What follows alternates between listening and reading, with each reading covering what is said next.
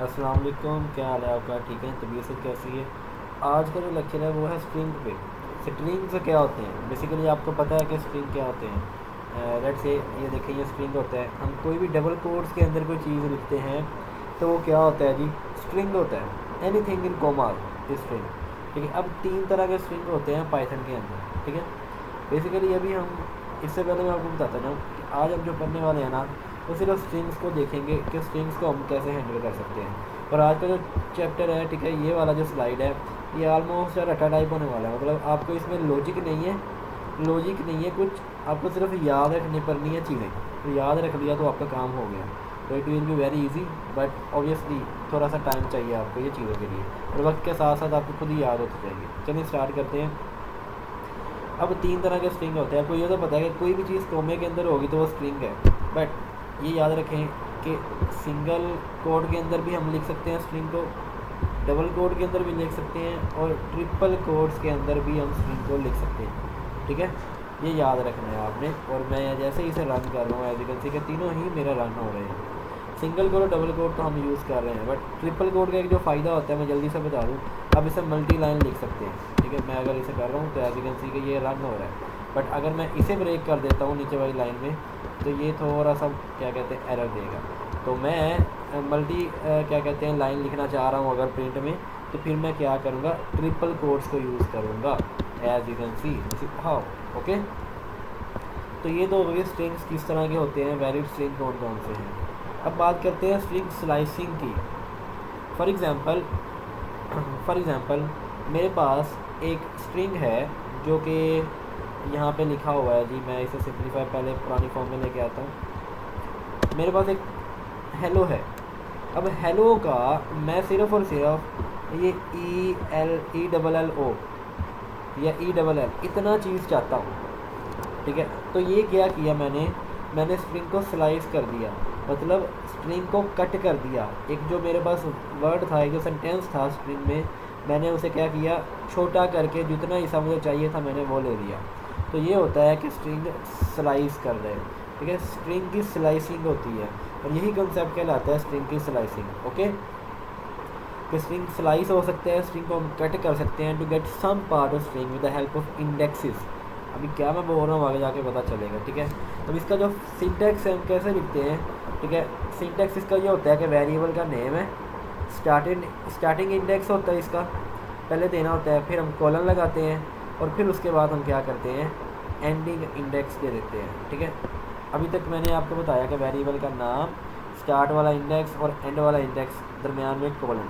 ये याद रखें कि जब भी हम कोई स्ट्रिंग स्लाइसिंग कर रहे होते हैं तो जो दरमियान पहला जो स्टार्टिंग इंडेक्स है ये वाला, ये तो इंक्लूड होता है, बट ये इंक्लूड नहीं होता।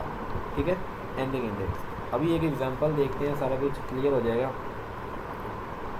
जैसे कि मैंने यहाँ पे एक नेम वेरिएबल बनाया, और नेम वेरिएबल के अंदर मैंने हेलो लिखा, HELLO।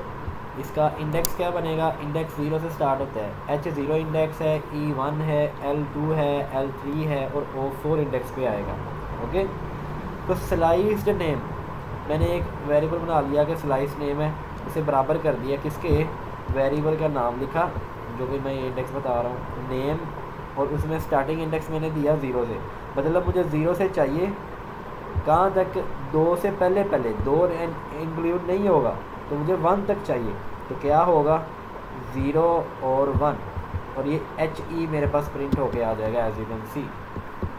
सॉरी, इसे तो चलाया नहीं, तो HE as you can see. अगर मैं यहाँ पे लिखता हूँ अपना नाम ZAIN, तो 0 से स्टार्ट होना है, 0 Z आ गया, 1 क्या होगा A, तो Z और A मिल जाएगा मुझे, एज यू कैन सी। अगर मैं यहाँ पे 3 कर देता हूँ तो 2 तक मिलेगा, क्योंकि एंड वाला इंडेक्स यहाँ पे नहीं होता, तो ZAI मिल जाएगा। तो अगर मैं यहाँ पे 5 कर देता हूँ मुझे पूरा मिलेगा। अगर मैं 6 करता हूँ तो फिर मुझे एंड तक ही मिलता रहेगा। ओके, तो अभी के लिए मैं यहाँ पे 2 करता हूँ। तो एज यू कैन सी आपको समझ आ गई है कि पहला इंडेक्स होता है, दूसरा इंडेक्स स्टार्ट जो एंड वाला होता है वो आपको नहीं इंक्लूड होता। अब एक चीज़ आपने माइंड में रखनी है, मैं यहाँ पे आता हूँ और इसे मैं क्या करता हूँ जी, ऐसे कर देता हूँ। आप देखें कि हमारे पास जस्ट वेट अ मिनट, यहाँ पे वैसे कोड के अंदर कन्वर्ट कर दूँ और ये मैं खत्म। अच्छा देखिए मेरे पास जो है अब स्लाइस नेम जो है फॉर एग्जांपल मैं यहाँ पे क्या करता हूँ जी, ऐसे स्लाइस नेम में दोबारा लिख रहा हूँ और नेम का मैं क्या कर रहा हूँ, यहाँ से खाली छोड़ दिया स्टार्टिंग इंडेक्स और यहाँ पे 2 कर दिया। अब पहला खाली छोड़ने का मतलब ये है कि this will start from the beginning index, ठीक है। कहाँ तक चलेगा, 2 से पहले पहले शुरू से। एज यू कैन सी के मुझे Z ही मिला, कोई मसला नहीं, क्योंकि 0 से ही स्टार्ट होना है अगर नहीं लिखूँगा। और अगर मैं ये वाला नहीं लिखूँगा, जैसा कि 0 शुरू से लिखा और ये वाला नहीं लिखा, तो ये एंड तक चला जाएगा, ठीक है। एज यू कैन सी का जैन पूरे का पूरा आ गया, ठीक है। तो आपने ये सीखा कि अगर मैं एक चीज़ को ब्लैंक छोड़ देता हूँ, पहला स्टार्टिंग ब्लैंक छोड़ूंगा तो वो स्टार्ट से चलेगा, एंड वाला ब्लैंक छोड़ूंगा तो वो बिल्कुल एंड तक जहाँ तक होता होगा हमारी वहाँ तक स्लाइसिंग हो जाएगी। तो ये एक तरीका है, ठीक है। तो एक छोटा सा टॉपिक था स्ट्रिंग स्लाइसिंग, हम इसे इतना ज़्यादा यूज़ नहीं करेंगे, बट यस पता होना चाहिए। और आप अगर इसी PDF को इतना सा ही कोड ट्राई कर लेते हैं, रन करके देख लेते हैं, तो मेरे ख्याल से स्लाइसिंग के अंदर आपको दोबारा कोई मसला नहीं होने वाला। ओके, अब आ जाती है जो मैंने शुरू में बात की थी कि आपको रट्टा चलेगा यहाँ पे, ठीक है। तो रट्टा है ये क्या करता है मैं आपको भी बता रहा हूँ, ठीक है। कुछ फंक्शंस होते हैं जो हमें स्ट्रिंग को मैनेज करने में हेल्प करते हैं। स्ट्रिंग अगर हमारे पास है तो हम इसे मैनेज कर सकते हैं अच्छे से। फॉर एग्जांपल मेरे पास एक नेम है ज़ुहैब, तो अगर मैंने ज़ुहैब की लेंथ चेक करनी है तो मेरे पास एक लेन फंक्शन है, ठीक है। ये क्या करेगा, मैं यहाँ पे लिखूँगा प्रिंट लेन ऑफ वेरिएबल का नाम, जैसा कि मेरा जो है वो नेम है।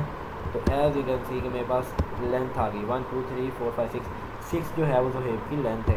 अगर मैं यहाँ पे सिर्फ ZOH लिख दूँगा, एज यू कैन सी कि मेरे पास 3 इसकी लेंथ आ गई। तो ये एक फंक्शन था पहला। दूसरा फंक्शन है हमारे पास एंड विद फंक्शन। हम अगर चेक करना चाहते हैं कि कोई हमारे पास जो स्ट्रिंग है वो किस से एंड हो रहा है, हमें पता होना चाहिए, ठीक है। तो लेट्स सी कि मेरे पास एक हैरी एक स्ट्रिंग है, मैं यहाँ पे लिखता हूँ ज़ुहैब, और यहाँ पे अगर मैंने कुछ अंदर लिखा हुआ है तो इसका मतलब है ये फंक्शन एक पैरामीटर ले रहा है, ओके, जैसा कि यहाँ पे वो ले रहा है।